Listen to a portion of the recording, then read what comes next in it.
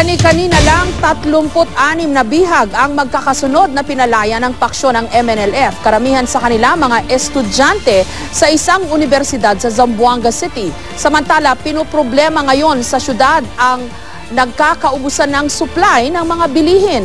Damay rin ang may 81,000 evacuees na. Wala raw sapat na supply ng pagkain. Live mula sa Zamboanga City, may report si Ian Cruz. Ian? Yes, Jessica, matapos ngang mapalaya yung 26 katao kanina ay may 10 pang nadagdag ngayong gabi at Jessica, samantala ay naman sa militar ay nasa 30% na lamang daw dun sa apektadong lugar ang hindi nila naikiklear. Bago pa man matapos ang gabing ito, pinalaya ng mga rebeldeng MNLF ang may 26 na bihag, kabilang ang 2 senior citizens at mga estudyante ng Zamboanga State College of Marine Sciences and Technology. Sa barangay Santa Barbara sila namataan ng mga sundalo na palakad-lakad. Mula kahapon pa rin sila wala makain ng maayos. Patuloy pa rin ang bakbakan sa Zamboanga City. Alas 10 na umaga kahapon, namataan ang sunog na ito sa likuran ng Zamboanga City Medical Center. Kanina, muling sumiklab ang isa pang sunog sa barangay Santa Catalina na sinabayan ng ilang panakanakang putok. Pero sa gitna nito, nailigtas sa mga sundalo ang isang asong naipit sa bakbakan. Sa ikalawang linggo ng tensyon sa pagitan ng mga rebelde at ng militar, damang-dama ng mga residente ang krisis sa syudad. Sarado ang opisina, establishmento, ang mga paliparan at pantalan, pati ng mga bangko at eskwelahan. Ang ilang bukas na ATM at Money Remittance Center pinipilahan simula madaling araw. Pero kahit may pera, nagkakaubos na naman ang mga mabibili sa tindahan. Kaninang tanghalian, tanging ang mga nilagang maliliit na saging na saba ang pinagsaluhan ng kalalakiang ito. Gayunman, nagawa pa rin nilang tumawa kahit mahigit 1 linggo na silang hindi kumikita. Walang pera. Walang ligo. Kumain ng saging. Pero si Abigail Gelatoria, hindi maitago ang labis niyang pag-aalala sa 76 na taong gulang niyang lolo na bihag ng mga rebelde mula pa nung nakarang Lunes. Hindi ko na alam anong gagawin ko, sir. Kasi siya lang yung pamilya ko dito.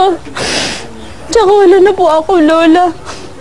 Siya na lang yung ano ko dito eh. Yung lakas ko.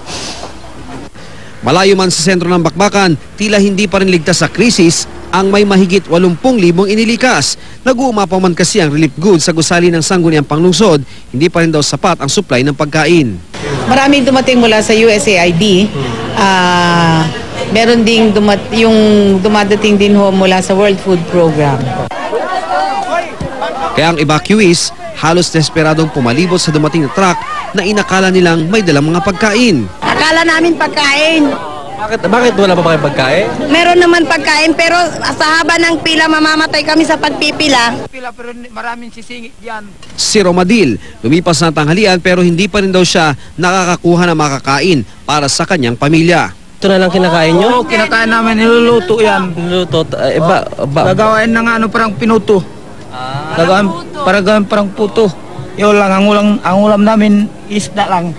Dahil siksika na sa Grand Sand, inilipat na ang may 500 pamilya sa isang eskwelahan. Jessica, dahil nga sa nagpapatuloy pa rin yung labanan dito sa Zamboanga City, ay umabot na nga sa 80,000 ang mga apektado at nasa evacuation center sa mga sandaling ito ngayon. At Jessica, sa pinakahuling update naman ay binigay ni Secretary Maroas ng DILG ay umabot na raw, Jessica, sa 850 na bahay yung nasunog sa iba't ibang mga lugar dito sa Zamboanga City mula nung magsimula yung gulo dito, Jessica. Okay, Ian, may nabasa ako kanina sa Reuters na article na parang may mga nagsasabi na this is already a humanitarian crisis kasi nga ang dami na ng number of evacuees, 81,000 as of today. Medyo nakakabahala yun kasi pag nabanggit na humanitarian crisis, ang naalala lang natin ay yung mga nangyayari sa Africa, katulad nung sa Darfur, sa Somalia, etc. Is that the situation na nararamdaman na rin dyan sa Zamboanga? Alam mo, Jessica, ang nakikita ko kasi dito, no, kaya nagkakaroon ng shortage doon sa evacuation center. Kasi, Jessica, parang nabigla yung pamahalaan dito. No? Kasi nung una, hindi naman ganito kalaki. No? Nung Friday lamang, nasa 60,000 lamang sila, manageable pa. No? Pero bigla nitong weekend, medyo sinasabi nga sa atin ng gobyerno, no, nagpa-final push na sila. No? Kaya naman umiigting yung mga labanan at napupunta rin doon sa ibang mga lugar na hindi apektado ng mga nakarang araw.